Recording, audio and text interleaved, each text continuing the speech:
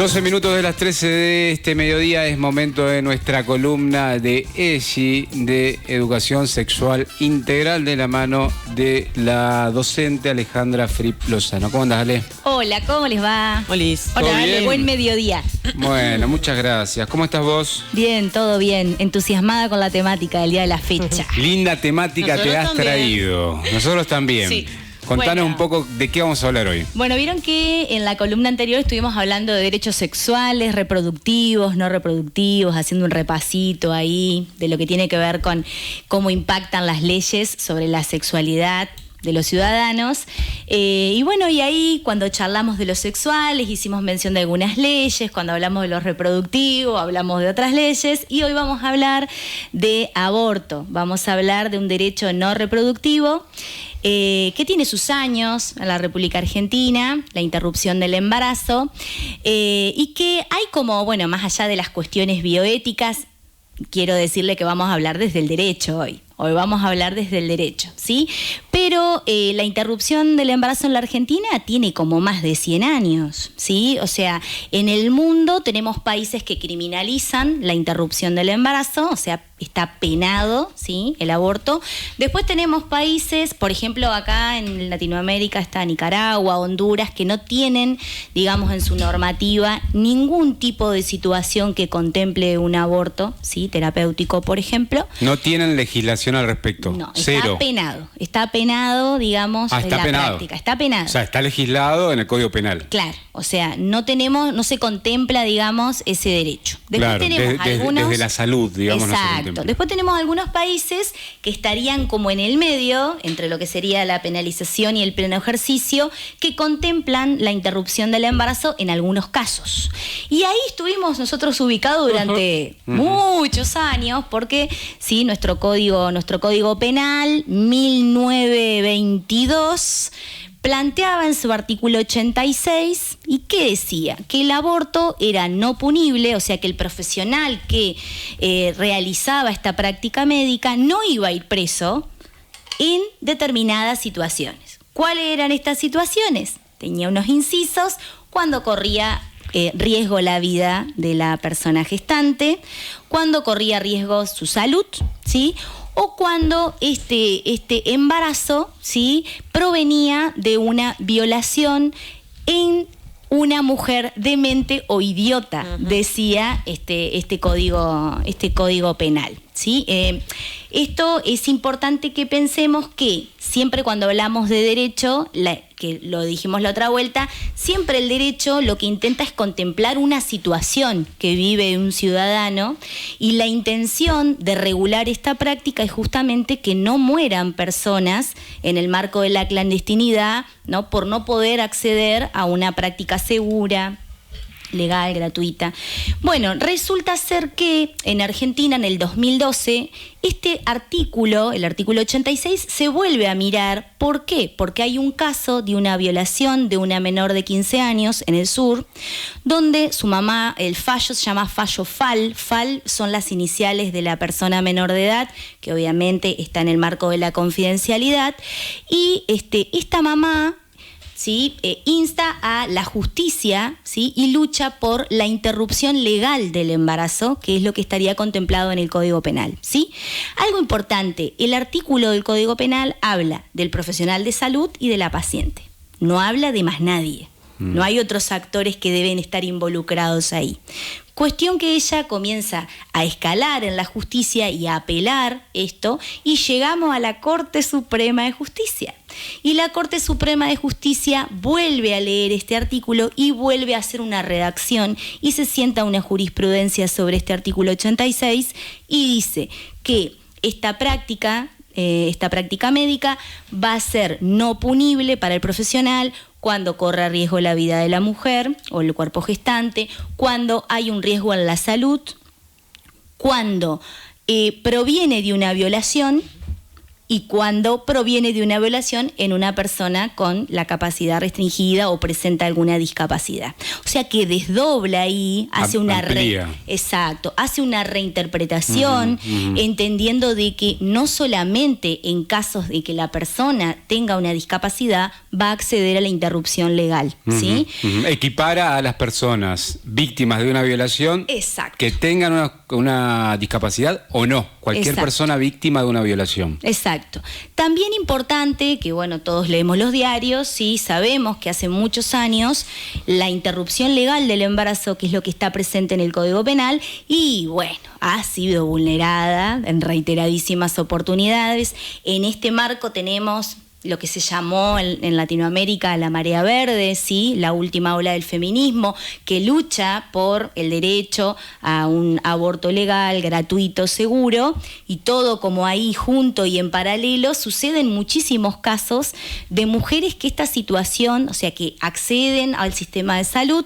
Yo hoy traje el caso de Ana María Acevedo, una chica santafesina, no me acuerdo cuándo fue, lo tengo acá macheteado, 2007, ya una chica joven que ya era mamá de 3 niños, ella comienza con un dolor de muela, se acerca al centro de salud, bueno, todo muy dilatado, una persona, digamos, que no tenía, poder económico como para un tratamiento o acceder a otro tipo de servicio de salud, se comienzan a dilatar los tiempos y se descubre que ella tiene un sarcoma en su maxilar, que era incompatible con un embarazo que sucede ahí en simultáneo, ¿sí? Entonces Ana corría riesgo su vida y su salud, ambas cosas, y bueno, y les cuento que se fue negado el derecho a la interrupción legal. Este es un caso de un montón. Está bueno que los oyentes sepan, digamos, que yo traigo a colación este caso, y que también muchas veces lo comparto con mis estudiantes porque fue emblemático el caso de Ana María, una mujer pobre, ya madre, que vivía en condiciones económicas tremendas y que ella, digamos, tenía 3 peques para cuidar y ella, termina un embarazo, o sea, nace una bebé prematura que muere y Ana también muere, ¿sí? Entonces, caso terrible. Tremendo. Aclaro para quienes no saben, yo tampoco lo sabía, que un sarcoma en el maxilar implica un tumor. Exacto. Es un tumor en la boca, un cáncer incompatible con el embarazo. Y incompatible con un tratamiento quimioterápico, ¿no? O sea, en esto de decir, bueno, y ahí el código es claro. Es claro como el agua. Dice que cuando la mamá, o sea, cuando el cuerpo gestante corre riesgo a su salud, se interrumpe el embarazo. ¿Ese caso es del 2000? Es del 2007. 2007, tenemos ahí. Muchos más, sí, seguramente, pero es emblemático y es paradigmático por el desenlace sobre todas las cosas. Si se hubiese aplicado la ley argentina, esto no hubiese sucedido concretamente. Exacto. Bueno, pasan los años, ¿sí? Importante un poco esto de decir que siempre el feminismo o personas que militamos sobre los derechos de las mujeres y sobre el pleno ejercicio de esos derechos, ahí hubo muchas presentaciones, ¿no?, al Poder Legislativo de nuestro país para que se logre en el diciembre del 2020 nuestra ley, que es la ley 27.610. ¿Y qué viene a traer esta ley o cuál es el objetivo? Regular la práctica médica. Esta práctica médica que existe previo a la ley, o sea, que existía, ¿sí? Y como decía Favaloro, que no mueran mujeres pobres, ¿sí? Que no mueran mujeres en la clandestinidad, que sí, que no accedan a un servicio que sea de calidad en el marco del sistema de salud. Entonces esta ley viene a decir, bueno, aquella persona que se encuentra, ¿sí?, transitando un embarazo no deseado y se encuentra en el marco de las 14 semanas, inclusive tiene derecho a una interrupción voluntaria del embarazo. Ahí, importante, se hace una modificación, por supuesto, en el Código Penal, en este artículo 86, ¿no?, que marcaba algunas cuestiones que tenían que ver, ¿no?, con ciertos requisitos, y esta ley viene a decir: toda persona da su consentimiento por escrito diciendo que desea interrumpir su embarazo, ¿sí? Y una vez que esta persona, vamos a charlar un poco de lo que plantea esta ley, ¿sí? Esta ley plantea que yo me acerco como usuaria embarazada el sistema de salud tiene 10 días, en el marco de 10 días, una vez que me presento en el centro de salud, para garantizar la asistencia, ¿sí? Siempre estando dentro de las 14 semanas inclusive. Queda vigente, si es producto de una violación, la interrupción legal del embarazo, ¿sí? Bien. Que es la que está en el Código Penal que recién hablábamos. Por eso se distingue la ILE, la interrupción legal del embarazo, de la IVE, que es la voluntaria. Exactamente, esa es la enorme diferencia. Bueno, el otro día te acordás que hablábamos del tema de la objeción de conciencia. Claro, por parte de los médicos. Ahí va, cuando hablábamos de la contracepción quirúrgica, que charlamos ahí, de que un profesional de la salud puede negarse a la práctica. Bueno, esta ley plantea algo muy interesante sobre la objeción, porque dice, bueno, que un profesional, hay una situación en la cual un profesional no puede negarse a la práctica, ¿sí? Y esta es la situación de cuando corre riesgo la vida de la persona, claro. O sea, cuando la persona necesita la práctica en la inmediatez, en la urgencia, ¿sí? Ahora, si se acerca a una persona y vos sos objetor de conciencia como profesional de la salud, debes informarla, debes derivarla a esa persona a otro profesional. Supongamos que en ese centro de salud tenemos todos objetores de conciencia y ninguno garantice la práctica. Ese centro de salud debe tener un circuito institucional que diga, bueno, no sé, estamos acá, bueno, vamos al centro de salud que está a 30 kilómetros y debe además trasladarla a la persona. Supongamos que estamos, no sé, por ejemplo, en Irasusta, ¿sí? Acá en Gualeguaychú, y no tenemos ese servicio. Bueno, debe trasladarla a la persona para que se pueda realizar, por ejemplo, en nuestra ciudad esta práctica, ¿sí? Todo esto en el marco de nuestros 10 días que plantea, porque obviamente en esta circunstancia el tiempo es sumamente importante, ¿sí? Otra cuestión con respecto a los objetores y a lo que plantea esta ley de interrupción voluntaria del embarazo es que plantea la atención post-aborto. Y a mí me gustaría un poco ahí ampliar esto, ¿sí? Porque una persona que se encuentra transitando un embarazo no deseado, ¿sí? Y vieron que hay como a veces una mirada muy simple de esta situación. Yo creo que el pleno ejercicio de derechos tiene que ver básicamente con la empatía, ¿no? Con poder entender que, digamos, lo que está transitando esa persona y que esa persona pueda tomar las decisiones en el marco de un consentimiento informado de lo que desea hacer, si desea transitar ese embarazo, si desea llegar a término o si no, ¿sí? Y es sumamente oportuno informar sobre lo que plantea la interrupción del embarazo, porque bueno, a veces está como medio trivializado eso, o sea, es un momento sumamente difícil. Sí, sobre todo para las personas en general que o no han pasado por esa situación o no han tenido algún familiar, hermano, pareja o alguien cercano que atraviesa esa situación. Generalmente pasa eso con la falta de empatía. Sí. Uno no empatiza con lo que no conoce. Total. Porque quien conoce esa situación sabe que es harto compleja, difícil, emocionalmente muy pesada. Totalmente.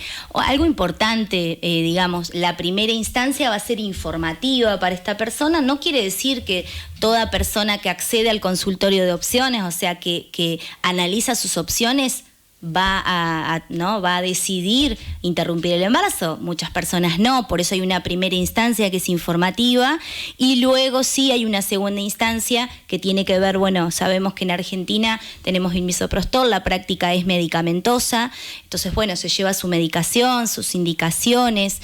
También digo, es importante tener claro que se habla de un consentimiento informado. ¿Qué significa eso? Bueno, en este caso escrito se solicita, ¿no? Pero el consentimiento es como cuando vos vas al dentista y te dice, bueno, ahora te va a pinchar, ahora te va, ¿no? Te va avisando lo que va a pasar para que vos estés al tanto de lo que va a suceder. Eso es el consentimiento informado, salvando las enormes distancias de la práctica médica, ¿sí?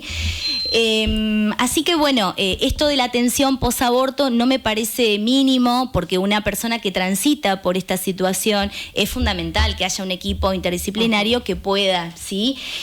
atenderla emocionalmente, que haya una contención y además que haya un acompañamiento de método anticonceptivo estable, ¿sí? No sabemos cuál fue la causal, pero esto no, en el marco de la Ley de Salud Sexual y Procreación Responsable que hablábamos el otro día, que esa persona se vaya en su atención posaborto con una contención emocional o psicológica y a su vez que se lleve su método anticonceptivo o que tome las decisiones, ¿sí?, que amerite ella.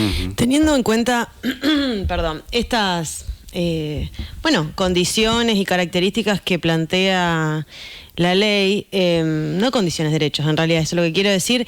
Mi pregunta es, en base a lo que vos conocés, en base a tu laburo, que obviamente no será el conocimiento total de la situación del país, pero ¿en qué situación estamos hoy a nivel implementación? Pensaba en un par de puntos de los que dijiste recién. En realidad creo que seguramente en todos debe ser bastante débil la implementación, pero pensaba en esto que decís vos de la atención post, que seguramente debe ser uno, porque también eso pasa mucho en el sistema de salud con un montón de situaciones, que es no solo garantizar que la persona pueda seguir yendo, sino también acompañar para que lo haga, porque no es que está dado de por sí que solo la persona por decirle podés venir, va a ir, digamos. Hay como un acompañamiento ahí de cerca en general que hacer, y pienso en estas situaciones que son también tan complejas, que están muy atravesadas por un montón de cosas, de prejuicios familiares, de condicionamientos de todo tipo, etcétera.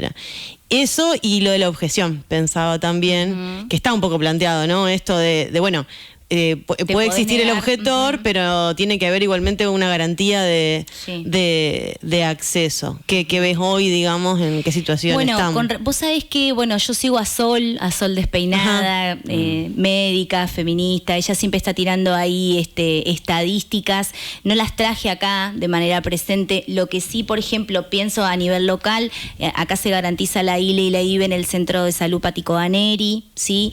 Nosotros en el marco de educación, o sea, sabemos que la ley además dice, cambia el marco normativo, es un derecho, en este caso no reproductivo, se incorpora a los contenidos de educación sexual integral, entonces en el marco de la ESI los chicos preguntan y se hace articulación, o sea, cuando hay que hacer alguna derivación, ¿sí?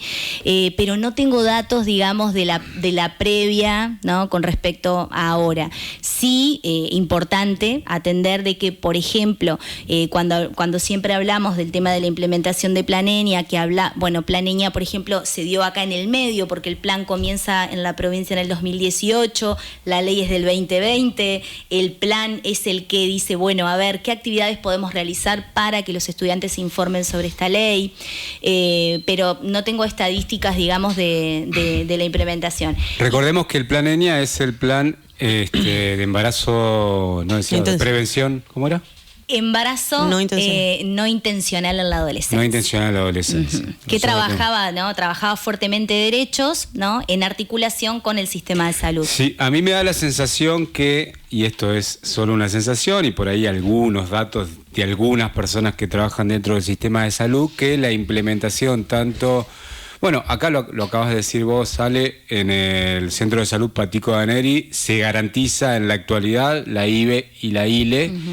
Me da la sensación que sigue dependiendo mucho más que de la estructura y de la institución, de los profesionales que trabajan en esa estructura y en esa institución. Hay profesionales comprometidos con esa norma y otros que no.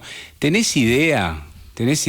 Hablaste de el consultorio de opciones. ¿Sí, el consultorio de opciones sigue funcionando en el Hospital Centenario? No sé. No sabés. No sé si funciona. Bueno, porque hasta un momento consultarlo. Funcionó. Funcionó en el 2020, 2021, 2022, 2023, funcionó. Eran 2 las profesionales a cargo del consultorio de opciones del Hospital Centenario. Vamos a averiguarlo, institucionalmente, porque también era otro instrumento que funcionaba y funcionaba bien en su momento. Sí, fundamental esto de entender que el sistema de salud es garante de derechos sexuales, reproductivos, no reproductivos, así como en educación somos garantes de la ESI. y que a nivel institucional, o sea, no tiene que ser, digamos, la decisión de un profe o la decisión, sino que justamente está el derecho y que debe ser garantizado. Otra cosa que me gustaría aportar, que también me parece importante, hay un formulario de reclamos a nivel nacional. De hecho, hoy anduve llamando y demás como para ver si funciona, que hay un formulario dentro de la página de salud de Nación para cliquear, completar tus datos y, digamos, manifestarte si tenés algún impedimento para el ejercicio del derecho. Y después hay una línea, la 0800-222 72-583, que digamos, esa tiene que ver con reclamos del sistema de salud y también de las obras sociales, porque esta práctica, digamos, así como dijimos el otro día de la contracepción quirúrgica, que debe tener costo cero, lo mismo para esta práctica, debe estar contemplada en un 100%. ¿Y lo probaste a ese formulario? El formulario, cliqué, podés completar, y en el caso del teléfono también llamé, hay un operador, marcas opciones, sí. Bien, ¿querés repetir el teléfono? Sí, el teléfono es 0800-222 72-583. Y otra cosa que me parece súper importante que plantea esta ley es el tema de personas con discapacidad. Y ahí es importante, digamos, contemplar que, digamos, la diversidad funcional es sumamente amplia, y nosotros ahí pensar que el profesional de salud lo que tiene que garantizarse es ese consentimiento informado, o sea, que la persona comprenda en qué consiste la práctica y que eso sea accesible. Si una persona sordomuda, por ejemplo, bueno, que estén los medios para poder comunicarnos, para que pueda hacer las consultas del caso, ¿sí? La ley lo que plantea es que, digamos, sí, no sé, es una persona sordomuda, se entiende con digamos, el sistema de salud brinda el acceso a la información, la persona da su consentimiento, listo, ya estamos. Después puede suceder que esa persona necesite, ¿no?, del acompañamiento de alguien, ¿sí?, y que pueda colaborar a que digamos, este consentimiento sea informado y la persona comprenda. Y por último está la opción de cuando hay una restricción de consentimiento, cuando esa persona no puede darlo, ese sí es a través del representante legal, pero hace una diferenciación, una gradualidad en el tema del acceso y de las variadas tipos de discapacidades que hay, ¿no? Sí, pero en este último caso no me queda claro, ¿el representante legal de que de la persona? Claro, porque es una persona, digamos, que no es incapaz legalmente, digamos, y que se llama, yo lo anoté, sistema de apoyo, término, ¿no?, re legal, pero era restricción a la capacidad de dar su consentimiento. Bien, cuando la propia persona tiene esa restricción. Sí, no tiene la capacidad de poder consentir. Exactamente. Bueno, después otra cosita que había planteado yo por aquí, esto de los objetores fundamental, esto de un objetor de conciencia no puede negarse, por ejemplo, a informar a una persona. ¿Sí? No hace la práctica en sí, pero sí informarla, quizá, o sea, informarla. Cosa que debe suceder, no tengo pruebas, pero tampoco dudas. Digo, ¿de qué se deben negar? Fundamental, o sea, que una persona, digamos, sea recibida, escuchada, que se le explique la práctica y después que se derive al profesional para que pueda, digamos, concretarse el derecho. Alguien desde el hospital me dice que hasta la dirección del doctor Jorge Montiel el consultorio de opciones estaba garantizado, que ahora no sé, pero bueno, vamos a consultarlo institucionalmente con el Hospital Centenario. Sí, totalmente.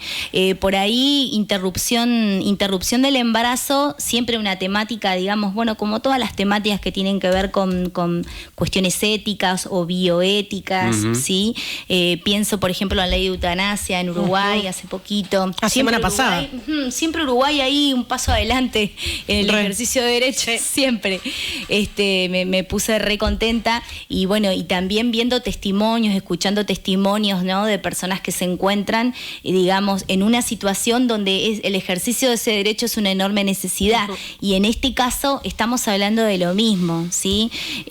Sobre todo, bueno, por ejemplo, algo importante, peques de 13 años, por ejemplo, ¿no? O sea, niñas que estén embarazadas a los 13 años, no se necesita un consentimiento informado, se entiende que está viciado ese consentimiento por una persona muy pequeña, ¿sí? Eso también es la figura de embarazo forzado, ¿sí? O sea, cuando uno entiende de que hubo un embarazo que es involuntario, que es involuntario, que la persona no termina de entender cuáles son las consecuencias de una relación sexual sin protección, por ejemplo, ¿sí? Así que en 13 años el consentimiento no es necesario que sea escrito, ¿sí?